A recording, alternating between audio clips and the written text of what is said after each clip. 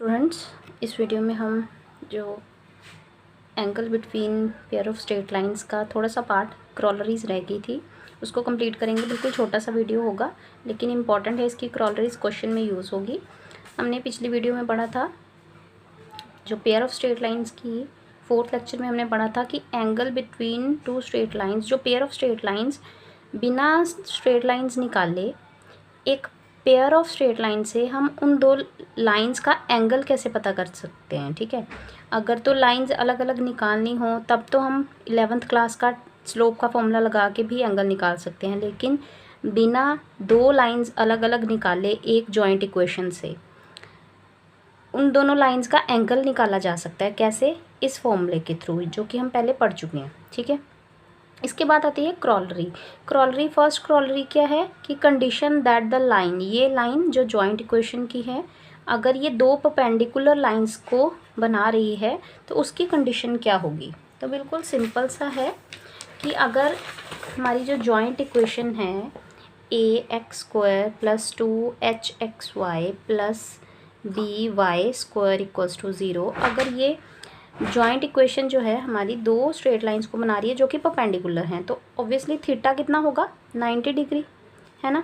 तो हमारा जो tan थीटा का फॉर्मूला जो हमने लास्ट लेक्चर में प्रूव किया था ये, है ना, तो इस फॉर्मूले का अगर हम यूज़ करें तो tan थीटा किसके इक्वल है 2√h² - ab/a + b। ठीक है, और थीटा की वैल्यू अगर 90 डिग्री है, क्योंकि वो दो लाइंस जो हैं आपस में 90 डिग्री पे हैं, तो tan 90, ठीक है, tan 90 2√h² - ab/a + b। ठीक है, अब यहाँ से ये जो tan 90 है इसकी वैल्यू पुट कर देंगे।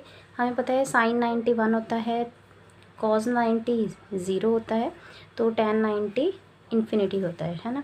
तो इसकी वैल्यू क्या हो जाएगी इन्फानाइट, तो इसीलिए 2√h² - ab/a + b। अगर हम इसका रेसिप्रोकल कर देंगे तो यहाँ पे इस साइड 0 बन जाएगा और ये ऊपर चली जाएगी, ये नीचे आ जाएगी, तो a + b/2√h² - ab, ये दूसरी साइड भेज दूँ तो a + b = क्या हो जाएगा 0। तो हमने यहाँ से सीखा कि अगर थीटा 90 डिग्री हो, मतलब दोनों लाइंस आपस में परपेंडिकुलर हों, दो स्ट्रेट लाइंस, तो जो जॉइंट इक्वेशन में a b होंगे उनका समेशन करने से हमें क्या मिलेगा 0। मतलब जो कोफिशिएंट ऑफ x² होगा, है ना, और जो कोफिशिएंट ऑफ y² होगा, इन दोनों को अगर हम जोड़ लेंगे तो वो 0 के इक्वल आएगा।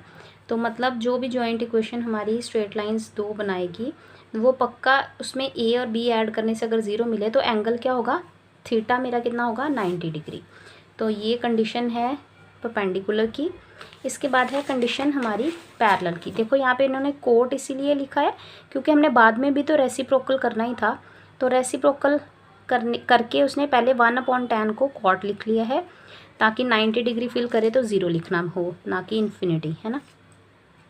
तो इस तरह से भी आप कर सकते हैं। सेकंड पार्ट है अगर दोनों लाइंस कोइंसिडेंट हो, मतलब एक के ऊपर एक हो, या पैरेलल भी कह सकते हैं, जिनकी पैरेलल हो, या फिर कोइंसिडेंट मतलब एक के ऊपर एक लाई कर रही है ना। तो अगर दोनों लाइंस मेरी, है ना, उनके बीच का एंगल निकालना है तो tan थीटा मेरा कितना होगा, या तो 0 होगा, है ना, या फिर 180 डिग्री होगा। एक के ऊपर एक लाइन है तो इसका मतलब उनके बीच में एंगल कितना है, या तो 0 या 180। तो 180 के लिए भी एंगल लाइन ओवरलैप करेंगी और 0 पे भी। तो हमारे tan थीटा कितना होगा, tan थीटा तो वही लिखा, उसमें 0 और 180 पुट किया, 0 पे भी tan 0 रहता है, 180 पे भी 0, तो बस इसको सिंपली सॉल्व किया। तो ये क्रॉस मल्टीप्लिकेशन करने के बाद h² - ab अंडर रूट में = 0 है, तो h² - ab = 0 हो गया।